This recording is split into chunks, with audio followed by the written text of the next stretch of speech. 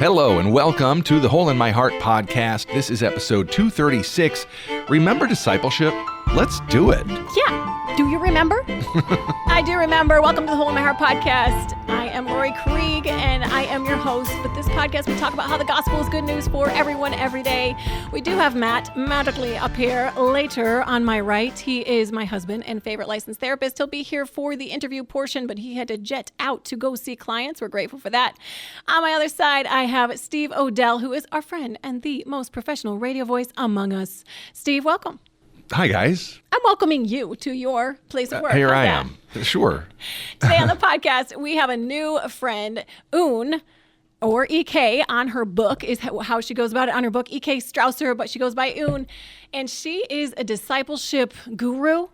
I'm really excited for you guys to hear the conversation. She has done a lot of deep thinking, and the way that she has postured her church in Hawaii, we are very jealous of her stationing in Hawaii with her church, but how she has thought through how she can really center discipleship is really interesting and helpful. Steve, can you let us know a little bit more about her? Sure. Un Strawser is a community physician and co-vocational lead pastor at Makealo'o, which means presence in Hawaiian. It's a non-denominational missional community multiplying in Honolulu, Hawaii. She is the founder of Eva Collaborative, a consulting and content developing firm to empower kingdom-grounded leaders to navigate change, grow adaptive capacity, and foster local flourishing. Un has also served as a professor, nonprofit worker, and Fulbright scholar. No big deal. Yeah, right. She and her husband, Steve, live in Hawaii with their 3 kids. All right, well, let's welcome officially Un to the show. Welcome, Un. Thanks so much. Thanks for having me. We're so glad that you're here, and we want to get to know you. Yes, we're going to get to know Un with a little bit of the question of the week, which was, what are your winter must-haves that help you make it to the other side of winter? Okay, this is probably the worst question to ask a person who lives in Hawaii. I realize it's called it's called nothing. Yeah. Nothing that I would need to prepare me to get to the other Board side. shorts. Because winter and summer are pretty much the same thing here in Hawaii. It's like my least favorite thing to talk about because I feel really shy and sheepish that I live in paradise. And most of the people I'm speaking to on podcasts don't. So that's my answer. My final answer, Steve. Don't ask me again. I think that you answered it just by living in Hawaii. Like, that's the answer. That is just the answer. live in Hawaii. That is so true. Yeah. All right, Steve, though, which listener answer? Well, someone who did not live in Hawaii. Right. I appreciated, well, first of all, I appreciate the answer and the name of Autumn Nap. Ooh. Because doesn't that just sound pleasant? Taking an autumn nap or a winter nap, but her name is Autumn. On Facebook, she said, white twinkle lights, we have them up everywhere because it's dark from 3:30 p.m. to 7:30 a.m. most of winter. And you followed up with her. She lives in Idaho, close to the Canada border, so that's rough. That's basically Alaska. Yes. Hey, Krieg, Definitely what about not you? Hawaii. I really loved what Francois had to say. Snowshoes, a hot tub, and a fireplace. I would love, well, we have one. We have a fireplace. I would love the other 2. Snowshoes and a hot tub. Can't go wrong. We need them right now in Michigan. It's just nonstop snow. We had a lot of Canadians answer. We see you. We love you. We feel for you. This is Sarah Bia on Facebook, and she said she has autoimmune disorder called Raynaud's. I also have that. That's where your hands turn bright white. It's really freaky when you're outside, and then you have to wait a long time until they turn colorful again. Wow. But she said there's no such thing as cold, just improperly dressed. So if you're cold, layer up. It's true. I've been getting that lecture since I was a wee bairn. Now I'm Irish all of a sudden in Michigan, as I've been told that. Have you guys been told that? You're Michiganderish. Yeah. What's the question? No such thing as being cold. It's just improperly dressed. Oh, yeah. I thought it had something to do with being Irish. Yeah, that's what I was thinking. So I'm like, I've never heard that. That's a weird thing to hear all the time. Anyway, she said good boots, good mittens, and a toque. Not a hat or beanie. It's called a toque, which must be something Canadian, a scarf and neck warmers. So appreciate your answers. If you guys want to answer the question of the week, we post it on the Hole in My Heart podcast Facebook group, where we love to get to know you guys a little bit better. But let's get to know Un. I'm saying it right. All right, a little bit better. By asking you the question that we ask every guest, which is this: if part of the gospel is we are more sinful and flawed in ourselves than we ever dared believe, yet at the very same time we are more loved and accepted in Jesus Christ than we ever dared hope, when was that good news of the gospel first good news for you, and how is it still? Yeah, I would tweak that a little bit because I think that it was the second time when it was tweaked that it really hit me. Because I think, and I appreciate, Lori, when you were saying that it's like part of the gospel, right? But the full gospel is like there's a beginning and an end, that, you know, a good God created a good world with good people in it for good, right? And then the end of that is, and then therefore, because of Jesus, through Jesus, he redeemed the whole world for good, for a good world, for good people. So I feel like when I heard the gospel in that fullness for the first time, that we were like created for good by a good God, and we're invited to partner with this good God to continue to do good in the world. I think that it made it so that I didn't have to just like be in a retirement plan. Yeah. Like saying yes to Jesus means like, oh my goodness, I got a retirement plan and I get to just twiddle my thumbs now and just wait until I can like cash in a golden ticket.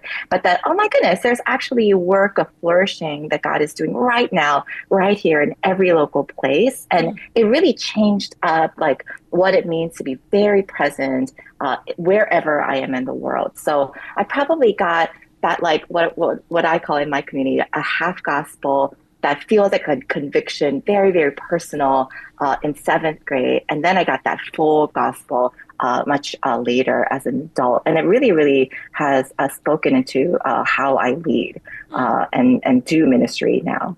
Oh, I love that. And before you jump in, Steve, with your question, I heard that missiological, teleological theme, that theme of like where we're going. You guys, there's this incredible plan. Look where we began. Look where we're going. I didn't learn that till like the last 5 years, and it has radically transformed every part of my life, truly. So thank you for saying that and for putting it in your book. Yeah, so the book is Centering Discipleship. And so I guess, good place to start, I would think, Yoon, is what is discipleship? Man, Steve, why are you asking the most loaded question of every church context? You know, I'm going to probably be offensive to some people, school other people, and everything in the mix. But I think that it's a good question. I think that every church leader should be asking this question. Every follower of Jesus should actually be asking this question: what is discipleship? How can we concretely define it? For me, I wrote the book essentially because I think that answer was so vague. You know, if you ask like 100 Muslim brothers and sisters, and we did this in our church in Philadelphia, what does it mean to be a Muslim? Every single 100, each person named it the same way. 5 pillars, here it is, boom, boom, boom, boom, boom. And then we were asking our Christian brothers and sisters, 100 of them, there were like 100 different answers. And at the end of that meal together, trying to discover more about each other's faith practices, both Christians and Muslims were so confused about what it meant to be a Jesus follower, because there were so many vague answers and not concrete. So I think that that's part of the problem about not being able to define discipleship. So in a nutshell, I think that it means to imitate Jesus within the context of a community for the renewal of the local place around you. It means that if you're imitating Jesus, you're imitating him in both spiritual competence and social competence. If you don't know, if you like know and love God and know that you are known and loved by God, then it has to affect how you live like God in the world around you. Mm-hmm. So you said as a part of your like little brief, when the gospel became good news, you used the phrase like the work of flourishing. And I often think of like discipleship as an arduous journey. And I guess like with that work of flourishing, like there's work, but moving toward flourishing. And I guess like, how have I just gotten discipleship wrong in thinking that it's just this arduous journey of like doing better? Yeah, I do think that, and probably better theologians speak about this, but I do think that the way that American Christians or Western Christians, I also do a lot of work in the UK with the Church of England, Church of Scotland around discipleship training. But it seems like the overarching thing is that I think the hiccup is that we think because our faith is a privatized religion, Yeah. that it means that we just have a personal relationship with Jesus, and that is the main helm of everything centered around what our faith practices are, how we ought to behave. It feels so personal and therefore so hidden. I think that we can probably measure how arduous discipleship might be in our culture today, in our Western culture today, because we think self-help, self-improvement practices are just as arduous. But I think if you pull that out and know that you can put and place discipleship within, okay, what's happening in my real life, real place, and within my community, that it's meant to be done together in community, I think the arduousness would probably lay in like how we do communal life together, and what kind of impact do Christ followers actually have in their neighborhood or city or communities. I think the arduousness focus will be on something else and a better something else than I think what people think it is now. Okay. Your concrete examples of how you moved and really intentionally just like began your church plant with discipleship at the center of your church. Centering Discipleship is the name of the book. How can you talk a little bit about how discipleship, how important it was to you and what it looked like? Yeah, absolutely. Most of the time, whenever people are asking, and you wrote this book, Centering Discipleship, if I just pick it up, then I'm going, voila, in 3 months' time, my church also will center discipleship, right? But at the first go, the book is really a love letter to my church. I think that they have done most of if your church doesn't actually follow along with the vision that you have for it, that includes the whole community around it, then this book wouldn't even be written. So really, really hats off to my leaders and my entire community. But I do think that while I believe in the priesthood of all believers, 1000%, I do think that because vision is so important and it's a good starting point, that it really, really does start with the leader. So if the leader doesn't think about, where do I as a main leader put resources, time, the emphasis on around what the culture of my church is. If I don't rethink what me as a leader, the main invitation I'm making to the people or the community around us, and where I'm saying we're moving towards our vision set that tell us that you're talking about, Lori, then those three main things are probably what the DNA that the leader holds at all times: emphasis, invitation, and vision. And if we don't actually begin to do that good, and I think this is the arduous work on that, for leaders thinking about, is discipleship at the periphery of my church or is it at the center? If it's at the periphery, how do I move it towards the center? If it's at the center, how do I know that my church is centering discipleship? I think these are all leadership starting questions, because then you have to interact with your church or with your community to figure out those answers. So the first part, I think, is for leadership to re-engage with those three things and then go from there. You said like 75% of your day was discipling others. That's what's that? What did that look like? That's not a pastor's job. That's somebody else's job. Yeah, right. Yeah, this is my second church plant. So my first church plant was, preach every Sunday, put the 20 to 40 hours a week, like we all know, to prep for a sermon. And we grew that church plant from 20 volunteers to 450 people in the pews in 5 years' time. So it was such a success story, right?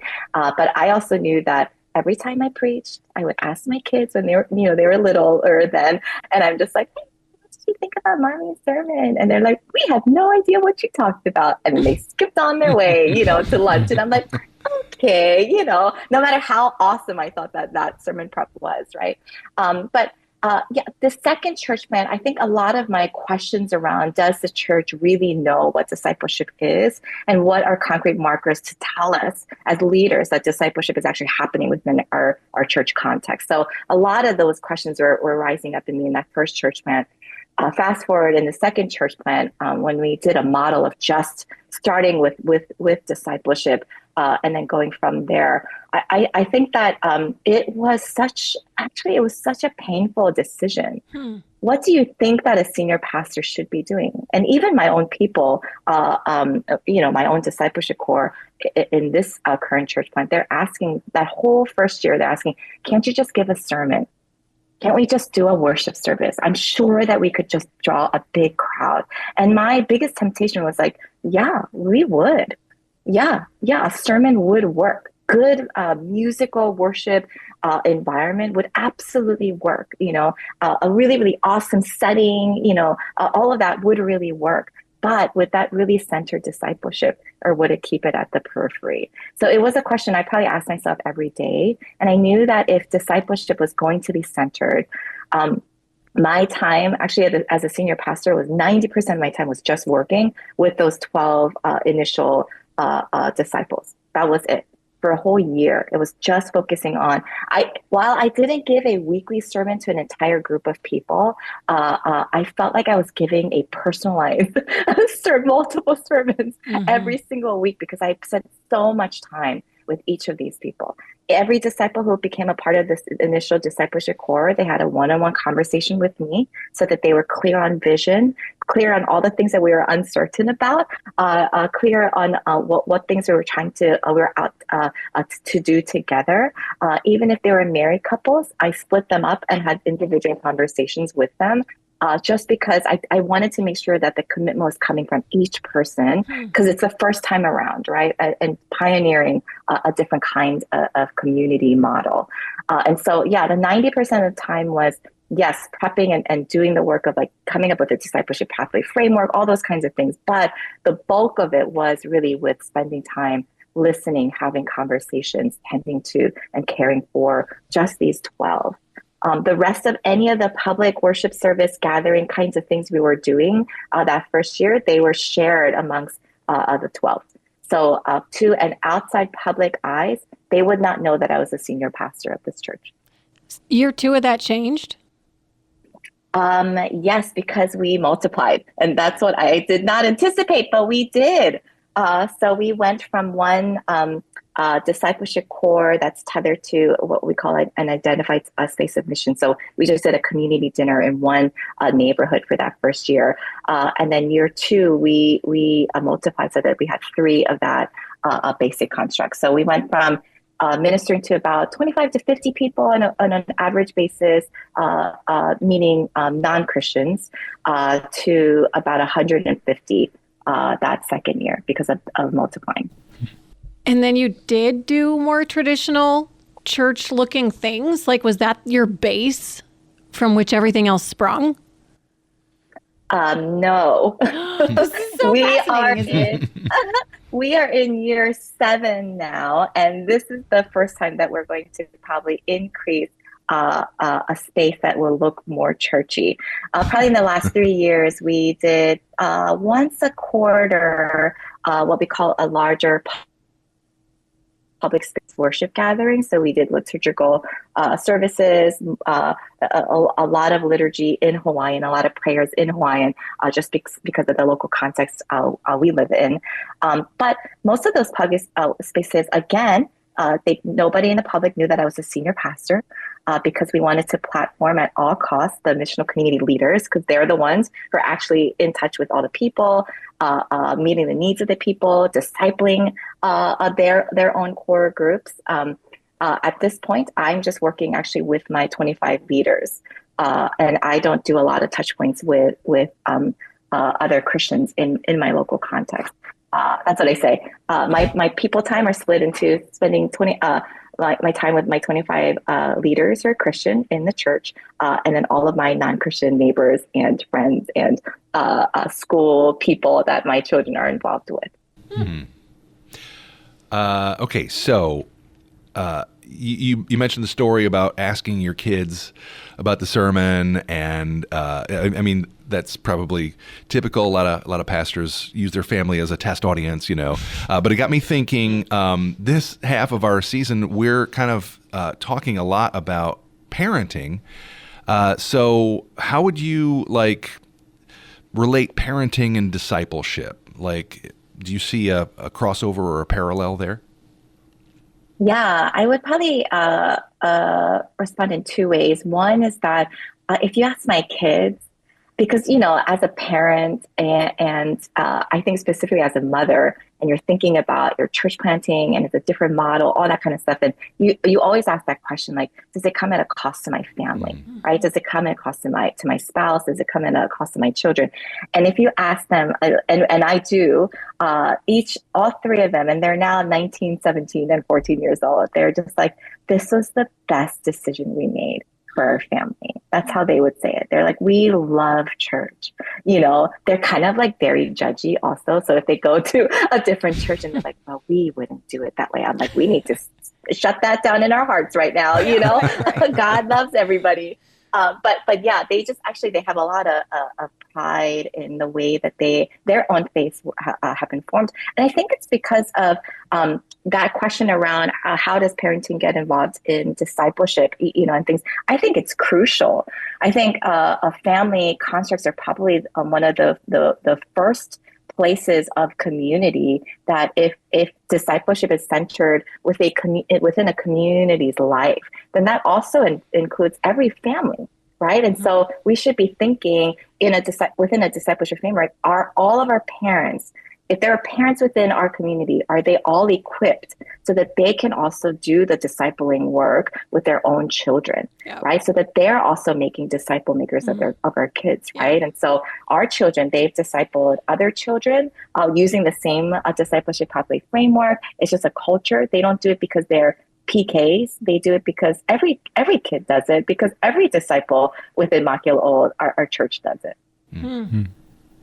So it's very much like a piece where the kids are not just the recipients of kind of the mission of the church. They are becoming little missionaries, little disciple makers, as you said too. And I guess can you define a little bit more the mission of your church, the mission of God for you guys, and why that's important to kind of keep in mind as you're parenting or discipling others?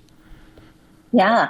Our church's name is Makelo, and it's the Hawaiian for the name presence. So our big thing is our tagline, right? It's we believe in the presence of God, being present with one another and present in the community around us. And so it's just in that tagline, it was a helpful way for my people. You already know that. Here's a little tidbit on leadership, right? You know that your vision is actually clear if your people are able to say it better than you. Mm-hmm. And I think that it takes about anywhere between a year to 3 years, depending on how pioneering the vision statement is that it takes that long for your own people to begin to say it, repeat it, they're sharing it, and then they're saying it and describing it better than you, right? And it took 3 years for us. 1,000% it took that long.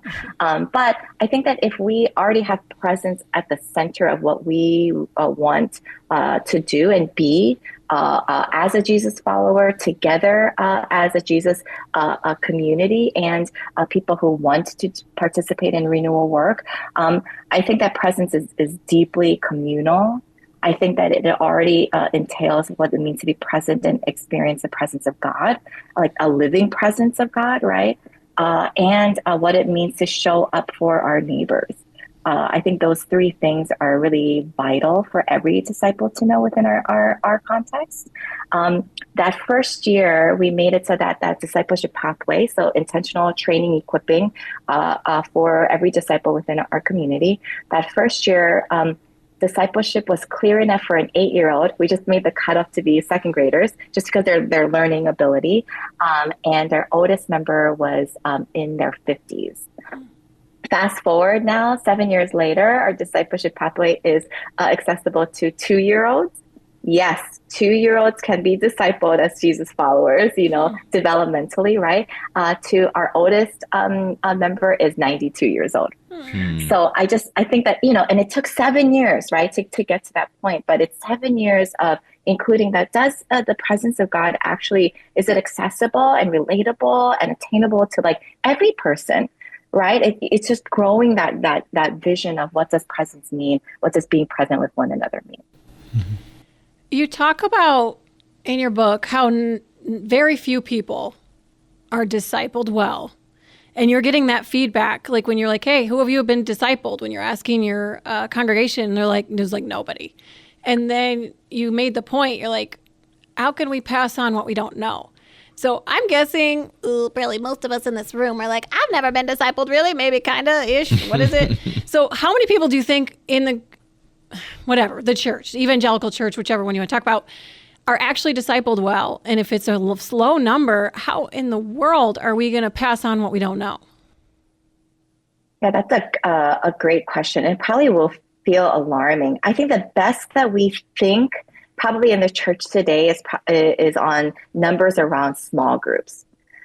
If I walk into a church and I'm doing work around discipleship for them, then I already know that discipleship is at the periphery. If we already have a conviction that it's the Sunday morning worship service is the prime place where people are going to have their personal wholeness, their intimacy with God, what community fellowship looks like, and participating in renewal in the community around them. If those 4 aspects of what the church ought to be doing together is being met, and there's an expectation that it gets met through the Sunday morning worship service, I can confidently say that discipleship is not happening well, or at best it's at the periphery of that community. Why?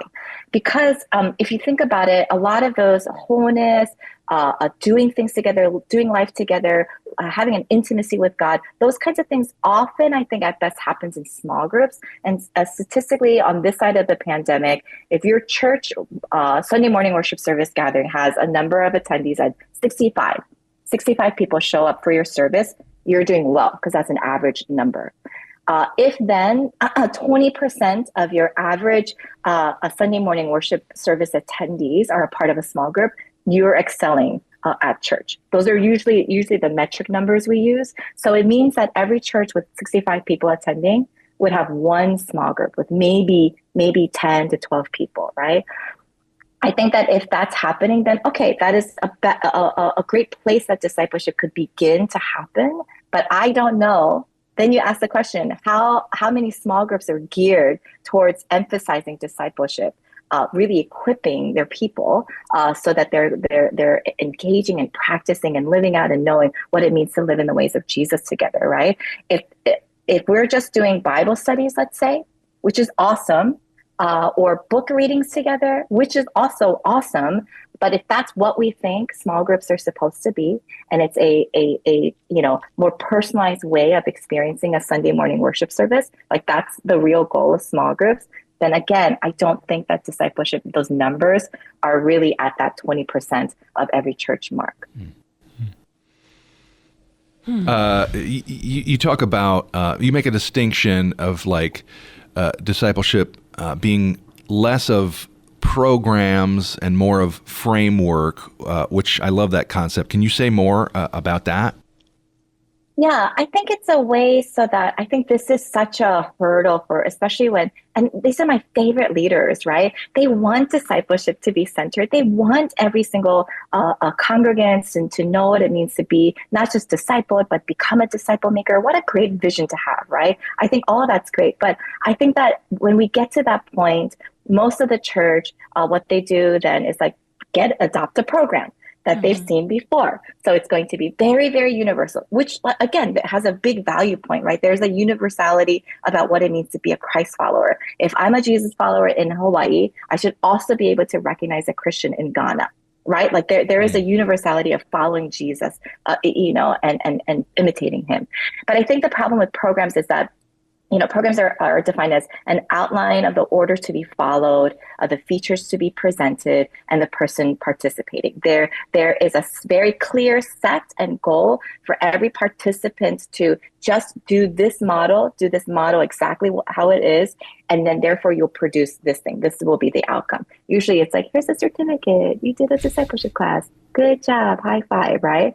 But I think a framework makes it so that that whole universality of what it means to be a Jesus follower, you also have to make it so that it's very, very relatable and palatable to the local context that you live in, right? I grew up in West Philadelphia, but I live in Hawaii now. I look brown, but as soon as I open up my mouth, every local person here knows, you are not from here, girl. You are from the East Coast. They all know this, right? So I also had to do a lot. If I'm going to be out to make disciple makers in Hawaii, then I also have to pay attention to the culture, really, really listen well. What are key things that have to be sort of redeemed through the gospel, right? What are there's a priority list of things that have to be worked on for flourishing right here in Hawaii. But that same list isn't the same everywhere, right? It will at the end produce a same thing. We're all going to imitate Jesus together, right? Our culture is intact, right? That's the beauty that God's flourishing is for all nations, but it's not about assimilation. It's where all cultures are intact, right? If that's part of what that full gospel story is, then a framework makes it so that there's a flexibility. You also know that the program itself, or whatever the tool that you're using to disciple and equip your people, that should be the thing that's revisited over time. But you have to have end marks. You should know what your maturity markers are, right? That's the universality of what it means to be a Jesus follower, whether you're in Hawaii or Ghana. And you have to have core essentials that are actually localized to your local place. Okay, I'm going to kind of ask a dumb programmatic question, but I mean it to be frameworky. I am intentionally discipling 3 women right now, and I have for years and years. Same 3 women, one 8 years ago, one started 5, one 2 years ago. They all wrestle with attractions toward the same sex, so that's part of my own story. And so I have a framework in my mind of when you said there's parts, kind of a list in our head that we know of unique pieces that need to be surrendered. I have that in my head, and I can uniquely dive in and disciple these women uniquely because I have that in my head. The question I'm going to get to is, am I discipling? That's what I'm going to ask you at the end, which sounds very programming, okay? But I want listeners to hear an example. I want them to hear a concrete, this is what it can look like. So yesterday morning, I met with one of them. We went for a run, and I'm listening to her life, and it is not counseling. You have a list of what it's not. But it is listening to her real life. And as I'm following Jesus, I'm trying to see, listen for where the Spirit's prompting of ways that maybe aren't sounding in alignment with the Savior, and gently kind of poking and guiding toward looking like Him. This morning I had another discipleship. We went on a walk, but we talked on the phone. Same sort of situation. Is that a good example of what discipleship can look like? Yes, I think that is a good example of what discipleship could look like. But I think the leaders then question should be, what does discipleship look like in my local congregation? Yeah. And is it accessible to everybody? If discipleship within our local context looks like the people who are much more seasoned Christians, or they've been Christians for a longer time, or there's a mentorship of life seasons in life kind of thing that happening, then we are just saying that in order to be a disciple maker, you have to have been a Christian for a really long time, or you have to know other categories of that. Where it's you have to be a person who knows the Bible inside and out. You have to, and I think that the discipleship of deficiency is because people self-disqualify themselves all the time, right? And I'm Jesus set out to say, hey, all of you, every one of you who are making that intentional decision to imitate me within the context of community, you're a disciple maker. Go and make more disciples, right? If that's the call, then it should not be a leadership call, right? Being a disciple maker shouldn't be a criteria for leaders. It really should be a baseline criteria for every congregant. you know. So then it's asking the question, like, do the people, these three women you're discipling, do they feel like they're equipped to be the Lori for other people's lives, right? Like, I think that's a sort of a better question. The reason why in our context we started, in the second church plant, started with just 12 people, I needed them to not just grow in a proximity or need a proximity to me. I needed them to, if these are my first folks, I need them to be trained and equipped to be disciple makers. So we had to define a lot of things really quickly, right? But again, that's why I think these maturity markers, these endpoints, that the universality of being a Jesus follower, it should be maturity. What does it look like for a Jesus follower to be maturing more into Christ-likeness? And for me, these are the go-to end-all 4 criteria for what a mature disciple looks like. It's maturing in the ways of Jesus so that there's mature Christ-like character, theology, knowing about God, thinking like God, right? Having the mind of Christ, wisdom. Can they actually navigate complexities of real life in the gray zones, right? And do they live out a sentness, a missional living, right? Those Christ-like maturity in those 4 categories, I think that's what identifies every Christian around the world. If we're all imitating Jesus, right? But then you work out what are those beginning core essentials for my local community. That's what we did. We had 5 core essentials. Every person from 2 years old now to 92 years old should know the full gospel inside and out. They know their own story within the context of God's bigger story, and they can share it and articulate it. They should know what it means to be truly human, so that their personal connection to Jesus actually impacts how they live, what kind of person they're becoming. Thick community, they should know that being a Jesus follower is not a solo act. Period. Done. This doesn't work this way. You do it and you work it out within the context of community, right? Do they have a heart for the one? Every Jesus follower within our community, they have what's called a 5 Alive. At any given moment, they have 5 non-Christians that they're praying for daily, from children to our senior citizens, right? Actually, some people are like 1 and done list. Other people are like 7 to heaven, but whatever that is, they all work towards being equipped so that, I'm daily practicing abiding in God's own heart for those who are far from him and far from community. And then lastly, every single disciple understands, works out what it means to have kingdom partnership. So those are our 5 core essentials. We work that out so that it has a lot of local flavor, local language to it. But the end point is, are the people are the Christians in my midst, and future Christians have accessibility so that they grow in Christ-like character, theology, wisdom, and sentness or missional living. So for those of us who are maybe listening and don't have a formal discipleship type of framework that they've been very familiar with, like how would we start? I know you said first off, don't disqualify yourself. Don't disqualify yourself from discipleship, to know your own story, to know your community. But let's say someone has some ideas of people that they would like to disciple or how they would want to reach out. Like, what's just a good starting point? Yeah, I think that's a great question. I think that defining part is when we are talking about discipleship, sometimes we want to bleed in everything. So like evangelism comes into that also, right? A spiritual depth or growth comes into that too. Spiritual formation comes into that, right? And soul care. A lot of times all of these things come in. I think that it would really serve the church better if we tease those things out. There are beautiful places and they're so important to have moments of spiritual formation, but to say that in its totality is discipleship is not. Right? That's, I think, one part of it, right? But are we equipping people so that they can actively work out spiritual formation or work, intentionally with others, with God, right? Those kinds of things. Evangelism, that is wonderful, good equipping work that people should learn and practice in, right? But just that is also not discipleship. Discipleship are those who you are working towards imitating Jesus together. So these are usually people who are already made a commitment to Jesus, right? They're making a commitment to work out their faith together in community, right? And they are committed to participate in the renewal of the neighborhood or city around them, right? I think if you kind of clarify discipleship first, then discipleship probably for like a congregant, maybe not even a leader in the church, right? But a congregant would probably be like, how do I partner with like 2 or 3 other people to imitate Jesus together in?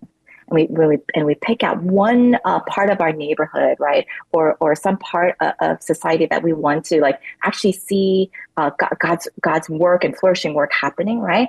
And kind of working out, what does imitating Jesus? What do we have to learn about imitation of Jesus together? And then how do we live that out in this place, right?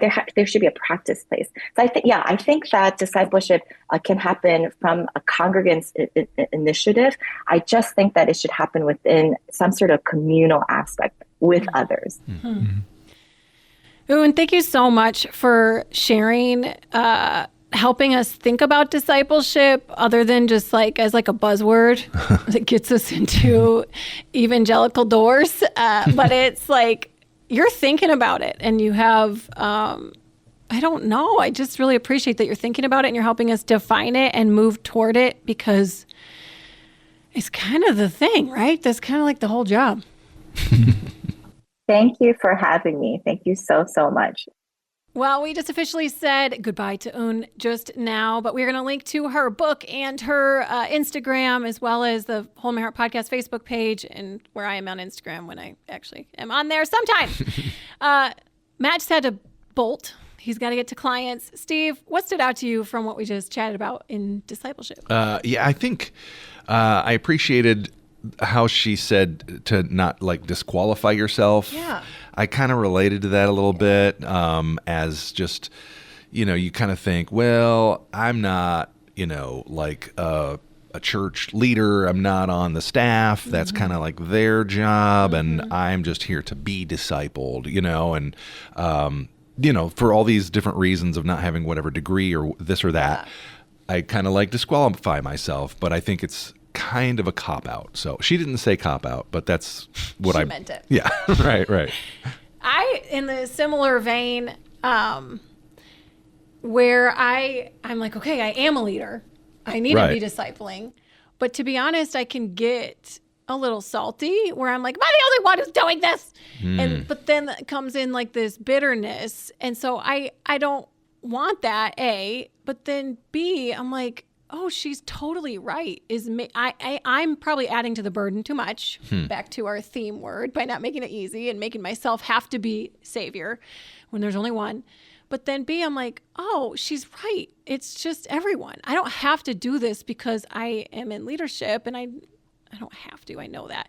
But we all are supposed to be doing this. And so I can put the burden back on Jesus, and he puts it on all of us, which is, I don't know. That like changes everything, doesn't it? Yeah. Like, when you actually think about how we're all called to that. What do you guys think? You can email us at podcast@lorikrieg.com if you want to let us know. We do have a question of the week. We want to hear more, which is, she gave us a better one than this one. This is what we're asking for next week. All right. Because Matt's not in the room. Let's make fun of Matt while he's not here. What generation do you actually belong to? You say, and your birth certificate says millennial. Are you actually a boomer? Matt Krieg. The way he looks at his phone, the way he like zooms in on pictures to take a picture. And what was I making fun of him? I said, Matt, I saw a picture of him the other day and I was like, it's giving like starving Johnny Depp or something like that. And it was a picture of him when he was like 20 and literally ate once every 5 days because he was so poor. And he's like, what do you mean it's giving Johnny Depp? What am I giving Johnny Depp? And I was like, that's a thing people say, Matt. That's a thing people say. And he was so confused and mad. So I'm just learning boomer. This right now. Okay. What? What? It's giving. All right. It's just a phrase. It's like, sure. It's the vibes of it are this. So, okay. Also, Steve, where do you belong, boomer?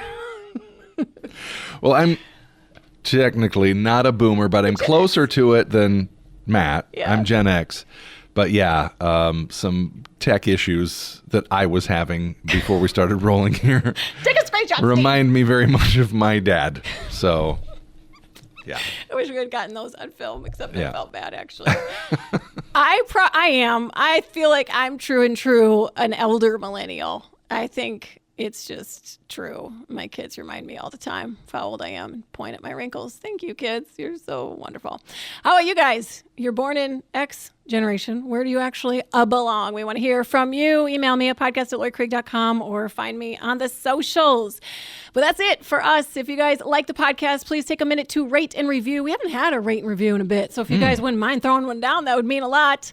And thank you again to Yoon Strawser for joining us today. Thank you to WCSG for hosting us, to the Zach of all trades for Zach of all tradesing everything, to intern Hunter of the Woods for doing the video and audio as well. Thank you to the listener, you the listener, for joining us, and for all of us here at the Whole Merit Podcast. Oh, we'll see you next time.